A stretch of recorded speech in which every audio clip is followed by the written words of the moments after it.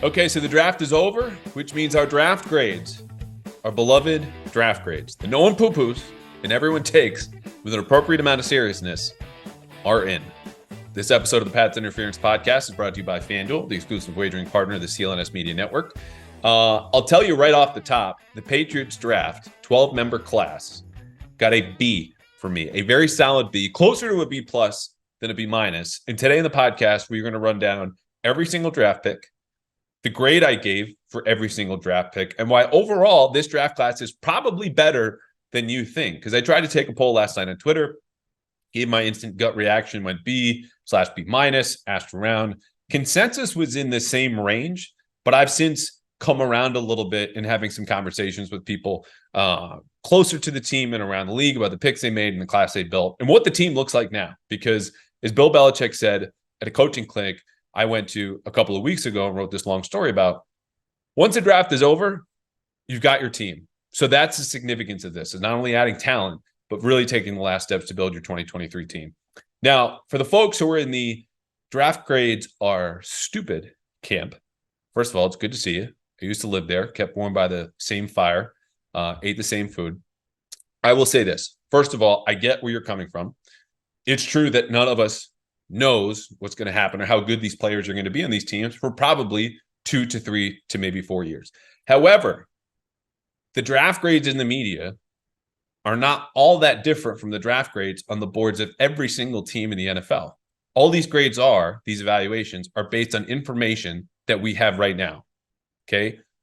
Based on information about the players that they took, the players that the Patriots passed up on, with the talent available to them in their current roster construction. No one can tell the future. Obviously, teams, media, fans, all we're doing is making judgments based on the information we have. It's the same way the Patriots built their draft board, digging up information on these players, making judgments about that and moving forward. Just because I agree or disagree with a certain amount of Patriots draft picks doesn't make me right or wrong. It just makes me like every other single team in the league that had different approach to the draft and different grades on these players. So, yeah, we could wait 3 or 4 years and say, oh, N'Keal Harry sucked. That was a bust. Hey, Kyle Duggar, that was a pretty good pick, but there's no value in that. And frankly, that podcast sucks. Okay, so we see a snapshot of this draft class and our opinion and what the Patriots did in the moment, because they made these picks in the moment without knowing what's going to happen. They might have more information, and they definitely do. But there's enough here to say, how did the Patriots do at each pick? How do they do with their draft classes overall? As I said, I gave it a BB+, and we'll run down each of those right now. Now, next week, I'll tell you, midweek, we're going to have the Ringer's Danny Kelly on to take a deeper dive into some of the earlier picks. I'm not going to spend a ton of time on Christian Gonzalez, Marte Mapu, or Keion White, their top 3 picks. Danny will walk us through it. We'll look ahead to the team after that. Danny's awesome, does a tremendous amount of research really coming up. And what's a real saturated industry now with everyone who becomes a draft expert. And then after this, we have a mega mailbag. I tried to answer, I think it was close to a dozen questions on Twitter, because I appreciate everyone who has read my stuff, listened to this podcast, interacted on Twitter.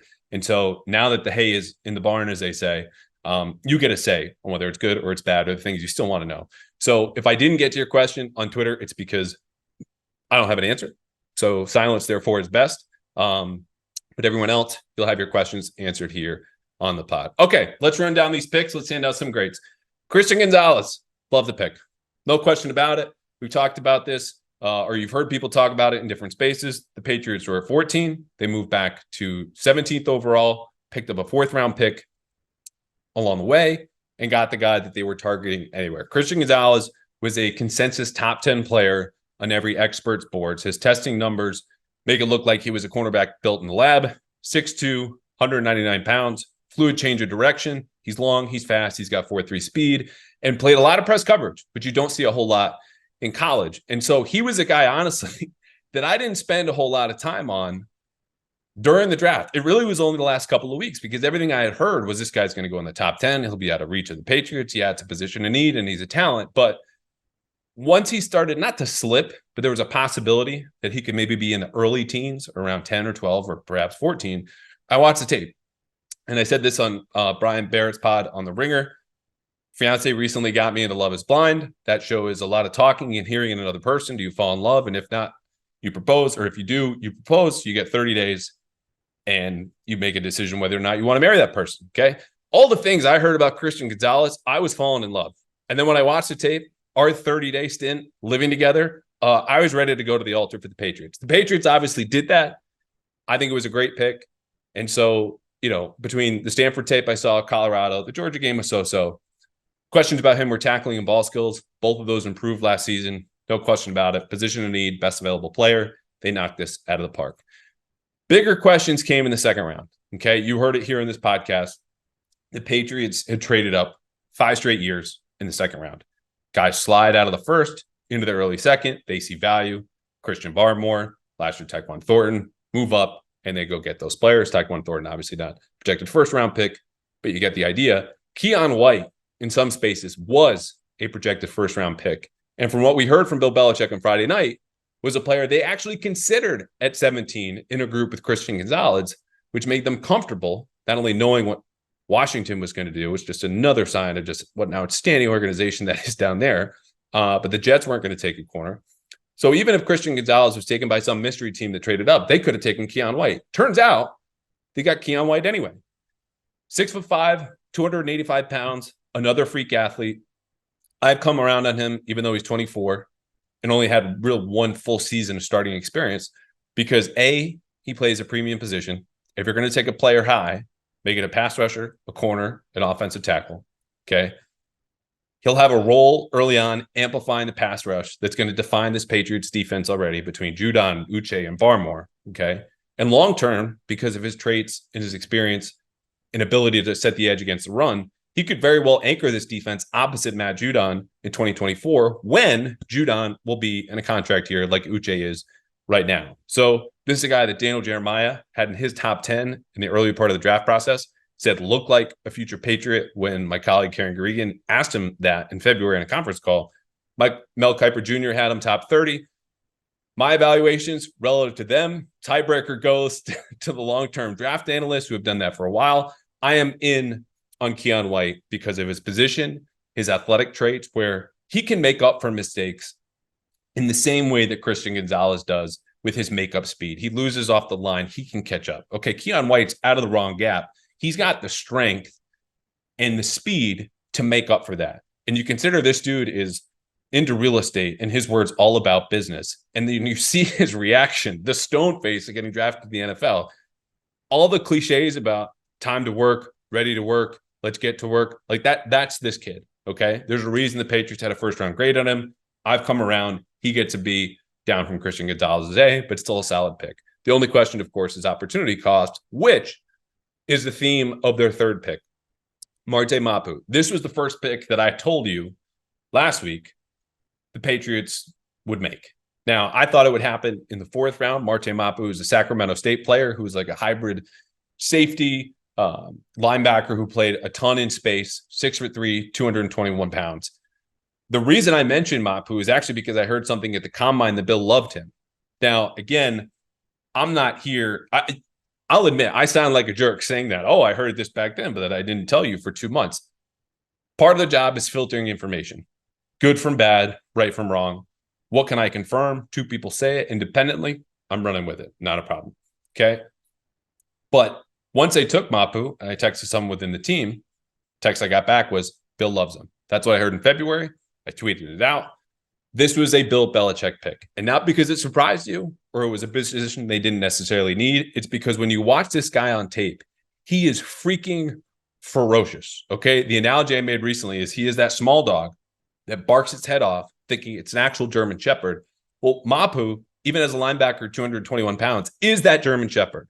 He is an animal against the run game. He's incredibly instinctive, lives in the film room, can run with running backs and tight ends. Does he have a clear role now? No. Kyle Duggar is here. He's in a contract here. He's a player the Patriots should want to re-sign. Adrian Phillips, Jabril Peppers, that are under contract through 2024. Jalen Mills just moved back to safety. He's in the last year of his deal, but you get the point. Right now, Mapu looks like a player who's probably going to be a core special teamer, okay? And the Patriots made this pick at 76 overall when there were still some offensive tackles or tight ends still available. Now, Mike Reese of ESPN reported that the Patriots at least made some calls to explore trading out of the pick. Now you know why.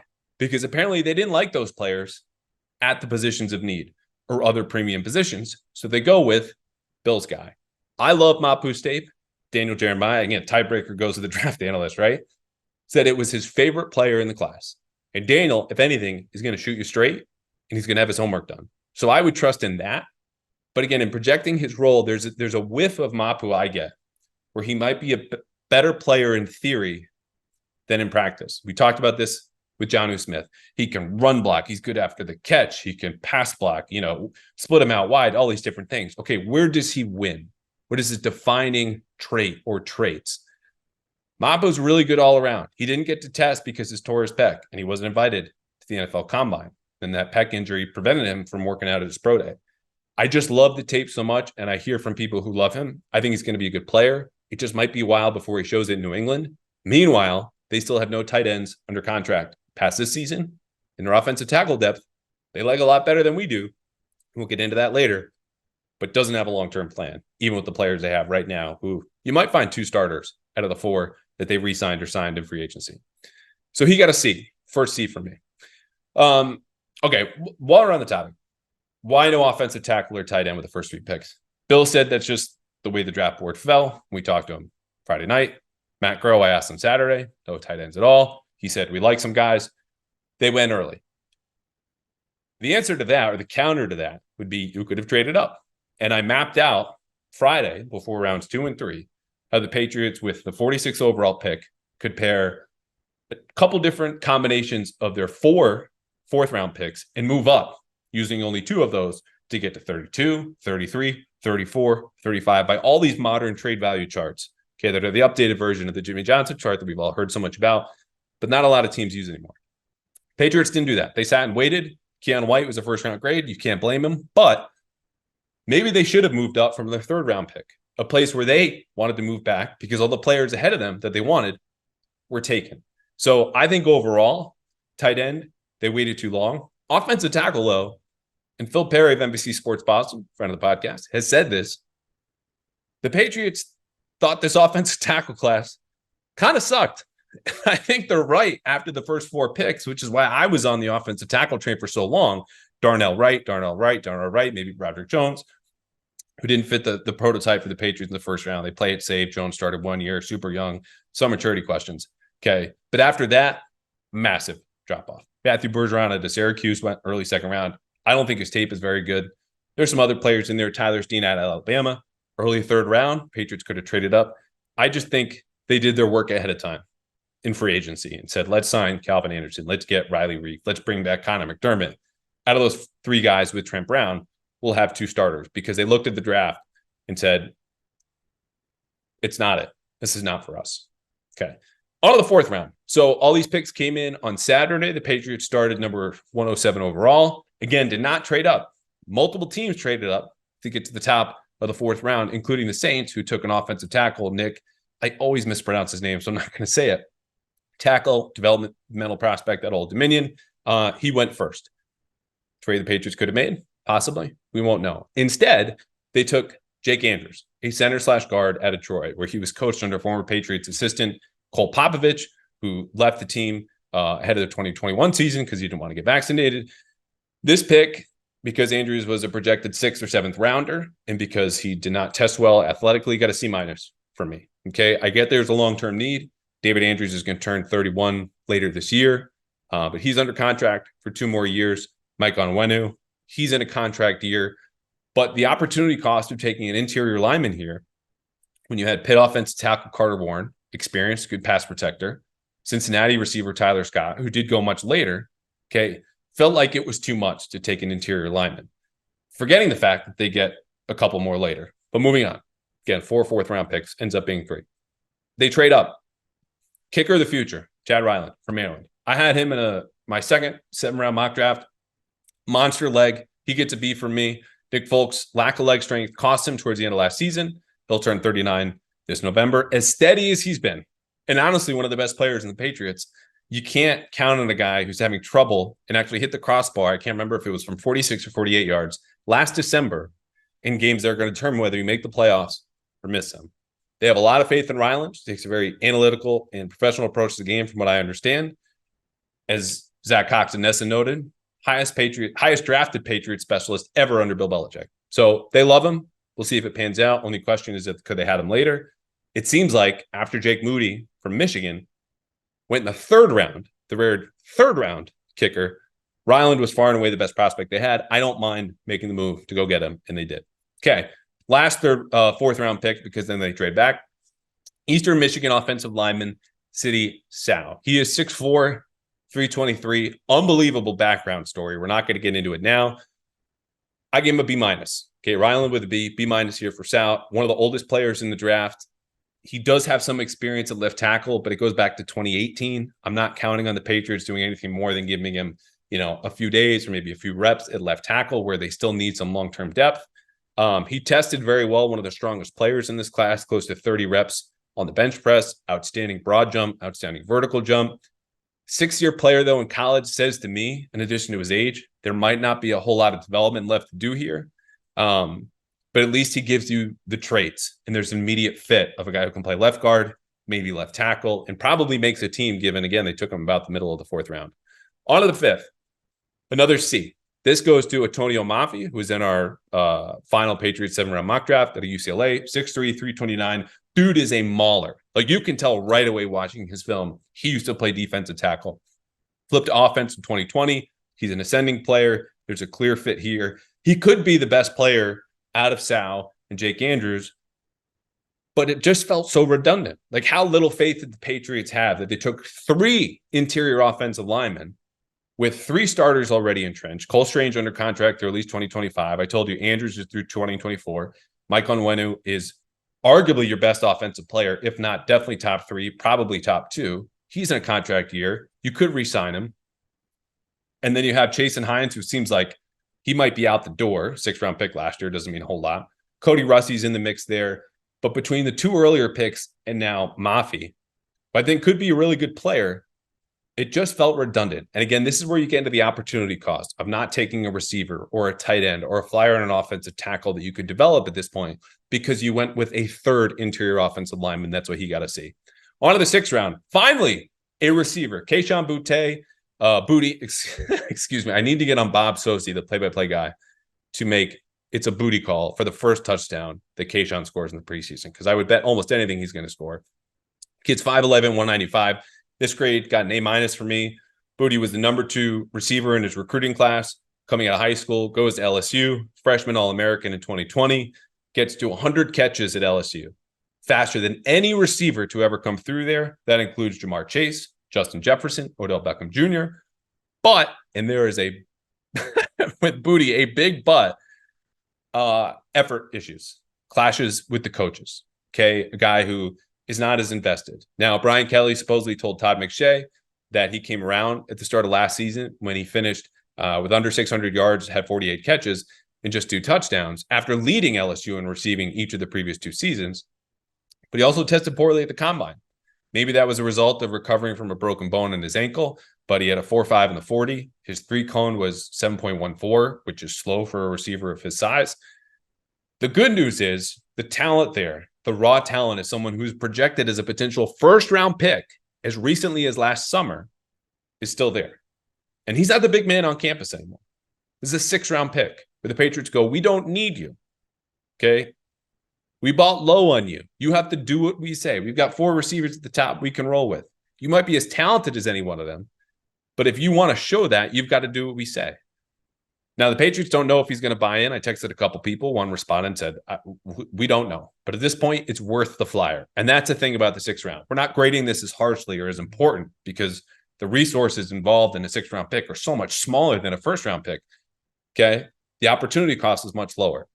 But the reward here is huge for a kid who is naturally gifted, probably had his testing numbers depressed and depressed his own draft stock because of the way he acted last year. So if the Patriots miss on Boutte, whatever, he's another 6th-round pick that you just cut. But if you hit, he was the most talented player with probably the most upside available at 187. You take that guy every time. All right, we went long there. Number 192, Michigan State punter Bryce Baringer.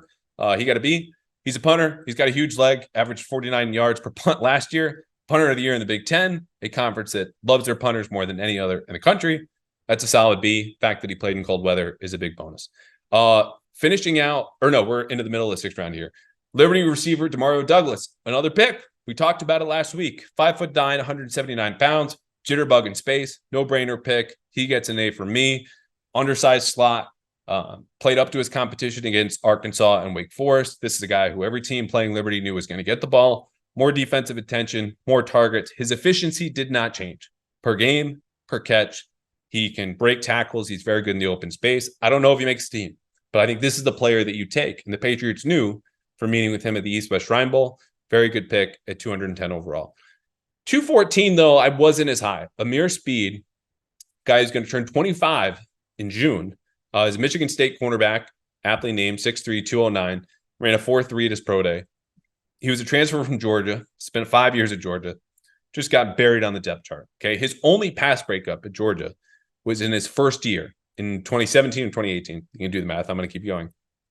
Last year starts for the Spartans, 5 pass breakups. Okay, so when you look at a guy who's 6'3" and runs a 4.3, has decent quickness, there are only a couple of things that can overshadow that. One of which is 0 career interceptions, and another is 6 career pass breakups over a 6-year career in college. I don't expect him to contribute on defense. He got very good coaching at Georgia and couldn't do much with it. There's not shame in that. He was a 3-star recruit. That is a 5-star recruit, factory there in Georgia, and future NFL draft pick factory at Georgia. But it just feels like with his age, there's not a lot of development left there. And so he'll be a special teams player. If he makes it, I wouldn't be so high on that at all. On to the last pick. Speaking of special teams, Jackson State cornerback Isaiah Bolden, the last pick that we nailed on the mock draft, 6'2", 201. Grade is an A. Okay, this dude was arguably the best returner in college football 2 years ago. 36.9 yards per return, 2 touchdowns taken back from 94 and 91 yards away. He's a classic developmental prospect, even though he's only a 1-year starter at that level.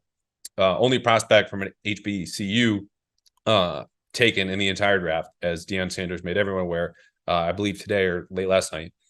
Bolden is a guy they took in a top 30 visit. That investment, in which they took 6 players who came to them on visits in this draft, said a lot to me. I think between the 4.3 speed, the return ability, the fact that he should have time behind this depth chart that now has Christian Gonzalez at the top with Jonathan Jones and Jack Jones to develop, I think is a worthy investment. Plus, again, the 7th round, you cut him, there's no loss. But if you hit on a physical talent like this, that's massive. The NFL draft is over, so make a fast break over to FanDuel for the NBA playoffs. And right now, new customers get a no-sweat first bet up to $1,000. That's right, $1,000 back in bonus bets if your first bet doesn't win. I joined FanDuel a couple of months ago. It has been great with their promotions, safe and easy to use. I get paid instantly, whether I'm watching the C's or the Sox, or now across the NBA playoffs as we get down the stretch. There's no better place to bet all of the playoff action, NBA or NHL, than America's #1 sportsbook. So visit FanDuel.com/Boston and get a no-sweat first bet up to $1,000. That's FanDuel.com/Boston. FanDuel, the official sports betting partner of the NBA. Okay, as I said, monster freaking mailbag and a lot more draft content and analysis. Patriots got a overall grade of a B for me because you have to weight the first 2 picks much more heavily than the last ones. We ended with an A for Isaiah Bolden, Demario Douglas, Kayshon Boutte. But those picks don't mean as much as the ones you made in the 1st, 2nd, and 3rd rounds, and honestly, early 4th.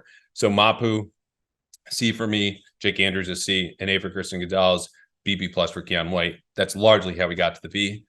But after last year, after what seemed like a disaster, and so far is looking, okay, it's much, much better. Which leads us into our first question. Gary from Twitter wants to know, how concerned should Cole Strange be, 2022 first-round pick, with his starting job security after the draft? I don't think Cole Strange has anything to worry about. This is a guy that was benched twice last year, but rebounded down the stretch. We want to talk about athletes and traits. Those didn't go anywhere. Okay, he needed to bulk up. He needed to get used to the level of competition he was facing versus being in Chattanooga. I would expect maybe not a year 2 leap from Cole Strange, but the best of him certainly to come. And Mike Reese had a note today in his Sunday notes about, he's changed his diet from just kind of favorite fast food hamburgers to more grilled chicken. If he adds 5, 10, 15 pounds and can still move like he can with that experience, we've seen the potential. Okay. Week 2 at Pittsburgh, holding his own against Cam Hayward. It's there. So, yes, there's a lot of competition, but I would expect that to bring the best out of him more than it would make him lose his job. Los Patriots on Twitter. What is your, in parentheses, early day one offensive line projection? I don't see them rostering more than 7 or 8 for the season, so I'm interested to see what you think they'd release. Who you think they'd release. Thanks. Okay, I tweeted this mid-Saturday, somewhere in day 3. Starters from left to right: Trent Brown, Cole Strange, David Andrews, Mike Onwenu, Riley Reef. That's the easy part. Calvin Anderson, I think he's making the team. He might start at right tackle. He's your swing guy.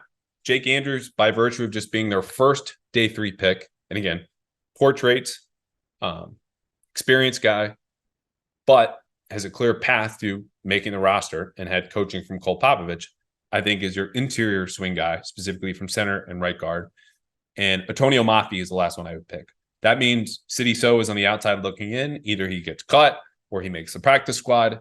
All of this has yet to be realized. They won't put on pads and start hitting until late July and early August. But for now, that's what I would make the picks. I think Mafi has a higher ceiling as a guy who recently converted positions versus playing 6 years in college, like Sal did. So we'll see, but that's my projection as of right now. Steve on Twitter has 2 questions, doubling them up. Do you think the Pats will try Sidy Sow, as I just mentioned, at tackle? Do you think Belichick's approach on drafting defense early is to try to keep the score low and grind out wins with ball control? For the second one about drafting defensive players first, no. I do think Belichick envisions a way to win that most bypass here in the modern league, which is to win defensively and with special teams. I think the threshold, though, that you need to cross offensively is not 10 or 13 points anymore. It's probably 17 to 20 if you still want to win that way, because that's just the nature of the league. I think as far as those players went, Christian Gonzalez, best available to them. Keion White, best available to them. And as we detailed, for a team that wanted to trade back, they thought Marte Mapu was the best player available to them. We'll get to that 3rd-round pick with a question a little bit later. As for the first one, do they try Sal at tackle? Yes, I do think he gets a look. Can we bank on that, given the last time that he was doing that was 2018? The Patriots were en route to another Super Bowl? No. Lawrence D on Twitter. Do other teams use top 30 visits on players who go in the 4th through 7th round? Yeah, because Sidy Sow came in for a visit, as did, I think, Atonio Mafi. So these guys saw other teams before they came to New England. There were players who went in the 4th or 7th round. I can't speak to any other draft classes right now and how their 30 visits went, because I was locked in on the Patriots and they took 12 guys. So that had all my attention. But yeah, it happens. And Marte Mapu, for what it's worth, because of his injury and because he played at a smaller school and wasn't invited to the combine, visited 15 teams, including the Patriots. And I guarantee some of those teams saw him as a 4th or 5th round pick. So there you go. Ryan is asking, the Patriots have basically 45 roster spots already locked up out of a possible 53. Ryan's got his own roster projection. I do not yet, so I can't confirm that number, but he wants to know, when is the last training camp you can remember where there were so few spots available for the 53? The answer would be 2019. Coming off the Super Bowl, added some more veterans. There were really just precious few spots aside from wide receiver. Jacoby Myers makes the team. Gunnar Olszewski makes the team. So it's really been that long, but there was good competition in that camp. So 4 years. Epri, EPRI on Twitter, is asking, the Patriots have, quote, a roster void of high-end talent, yet are still making luxury picks like Mapu in the 3rd round. I agree with that description. How many box safeties do they need? They're making picks like that when potential impact tight ends and wide receivers are available. In real time, who is the player on offense you would have liked the Patriots to draft? This is a great question, because you have gas bags like yours truly when I'm on this podcast or radio TV saying, oh, Mapu is a luxury pick. Okay, that's great. What would you have done instead? That's really what people deserve to know, as opposed to just sitting back and criticizing. 2 answers for you, one of which I've already said. I would have considered trading up for Alabama offensive lineman Tyler Steen, who went 65th to the Eagles, who I believe they traded it up for. I could have that wrong. It's early in the 3rd round. An extra 4th round pick would have done that. They could have gone up and got him. Left tackle last year with Alabama. Before that, Vanderbilt, some positional flexibility. Bill O'Brien is very familiar with him. Perhaps Bill was not as high on Steen as a lot of us were here in the media, but I think he's a guy that at least gives you another body there at offensive tackle and had the prototypical size to do it. My other option would have been Tucker Kraft, a tight end out of South Dakota State who went 2 picks later. Another small school guy, but he drew interest from Alabama in the transfer portal before going back to play his senior season at South Dakota State. Checks all the boxes from a physical standpoint, can block. You don't have a tight end right now who's an impact blocker. And again, or a tight end period who's under contract after this season. So Josh Downs went a few picks after him, receiver out of North Carolina that everyone on past Twitter seems to love. As I told you many, many, many times, the Patriots are higher on their pass catchers than the rest of us are on the outside. And they would not spend an early pick on a receiver and didn't. But if you want to take him there, no criticism from me, and certainly would have been a big W with Pat's Twitter. Okay, the first of 2 Jordans. Jordan 1 asked the White / Mapu / guard. I think he means Jake Andrews. There were a lot of guards. Picks seem redundant since those positions have solidified starters with Josh Uche, Kyle Duggar, and Mike Onwenu, respectively. Do these picks indicate they don't plan to re-sign those starters? If they do re-sign them, are these picks a waste of time? The shorter answer is no, because the Patriots, like we talked about at the opening, like the rest of us, don't know what the future holds. But they are absolutely insurance against losing a player like Josh Uche, who I think is going to cash in on free agency because of his sack production alone and the fact that he fits other schemes, maybe even a little bit better than he does here in New England.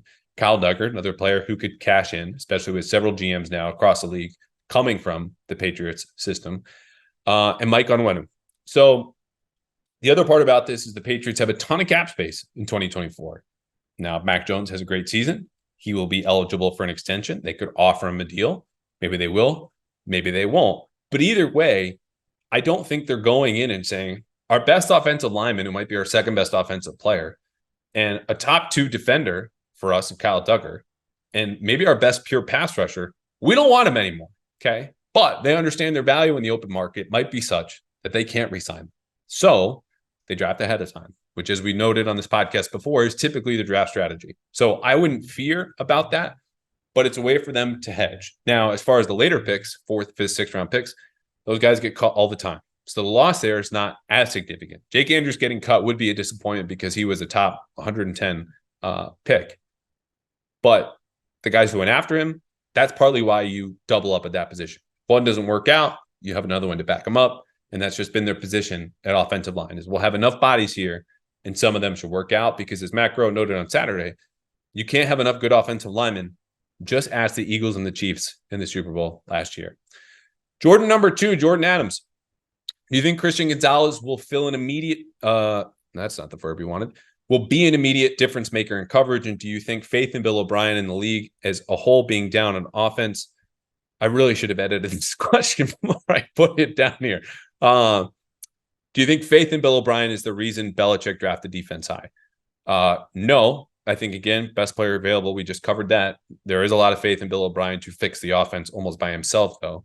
As for Christian Gonzalez, yes, I think he's an immediate difference maker. He'll have to be. He's a bigger corner. They don't have any of those. And he's the most physically gifted, honestly, by far, of any of those players. Does that mean he's, a ready-made product on week 1? No. But he was a consensus top 10 player in this draft, which even in a draft that had fewer blue chip prospects than most, should be a difference maker. That's why you take him in the first round. Again, Matt Groh said this to the media a little over a week ago, close to 2. Corey's asking, what do you make of Belichick finally acknowledging Mac's existence again? And why now after the second night of the draft? Why now is because he was pressed by Greg Bedard, Boston Sports Journal, and a very good line of questioning. Why, acknowledging his existence? Look, I'll just be honest. I am extremely tired of the Mac conversation. And you could listen to this and go, you're someone who's perpetuating it because you talk about it on TV and radio and podcasts and things like that. I think the Patriots are ready to move forward. I think Bill has taken longer to move forward than Mac. I think Bill put Mac in a bad position and Mac responded badly to it. All of this is history. Even the report about the Patriots supposedly shopping Mac Jones, which again, I cannot find anyone around the league who thought that he would be traded, and it was probably old news overstated. It's just ancient history. But it was notable that Bill said his feelings, allegedly, are not changed from last summer when he was highly complimentary of Mac. And that's probably going to be the top of any sort of praise he gives Mac, because since last October, he has refused to call Mac the team's future at the quarterback position. And as of January, he's not even acknowledged him as a starting quarterback. So to say, yeah, I feel the same way, even if it's BS, is better than what Mac's got in the last 6 or so months. So they're moving forward. The draft is over. Let's just play football, please. Okay, last one. Sox Nation. Could the Patriots be laying the groundwork for Marcus Jones to play more offense? I like this, considering how they drafted similar athletic-type defensive players that could play the slot corner position, Bolden and Mapu, in return kicks. Bolden and Mapu are very different players, though Mapu really wasn't called the overhang defender, who's kind of it's more important in college because the hashes are wider, which means when you're, let's say, on the left hash, there's a lot more space to the right, and that defender has to be able to both fill in against the run and play in space because there's more grass. In the NFL, the hashes are narrower, so whether you're on the left or right, it doesn't make a ton of difference, but when you spread them out, it does. Now, the slot corner is typically a 5'9", 5'10" player, extremely smooth hips, can flip around, good change of direction skills, and is a sound tackler. Mapu is more of a linebacker than that. Now, as far as Marcus Jones playing offense, I'm all for Patriots maybe the most dynamic ball carrier until we see players like Isaiah Bolden play more offense. But I don't see it. I think they feel like they've got enough now in offense, trading out Jacoby Myers for a more explosive Juju Smith-Schuster, Jonnu Smith for Mike Gesicki, taking Kayshon Boutte and Demario Douglas, who might not ever see the field in the regular season, but are natural offensive players. And now the Patriots don't have to resort to just running Marcus Jones in a little bubble screen and an RPO that they ran to death because they didn't have any other routes off of it, and let him focus on being the nickelback of the future. Again, that 5'8", 5'9", 5'10" player, very good, smooth change of direction skills, and be the nickel while Jonathan Jones either stays at outside corner or moves back to free safety. So that's it. I went way longer than I thought I would. Those are our draft grades. A solid double in the gap. Absolutely fine for the Patriots. We will have more Patriots draft coverage with Danny Kelly of The Ringer middle of next week. I think we're scheduled to record on a Wednesday. So that should be out Thursday. Until then, I'll have coverage of the Celtics. Game 1 against the Sixers on Monday. More podcasts to come. And then I am getting married at the end of next month, which is crazy to say out loud. So we'll be taking a break upcoming here for the podcast. We'll keep you posted. This episode of the Pats Interference Podcast is brought to you by FanDuel, the exclusive wagering partner of the CLNS Media Network. So we'll see you in a few days. Enjoy the rest of your week. And we'll see you then with Danny Kelly of The Ringer.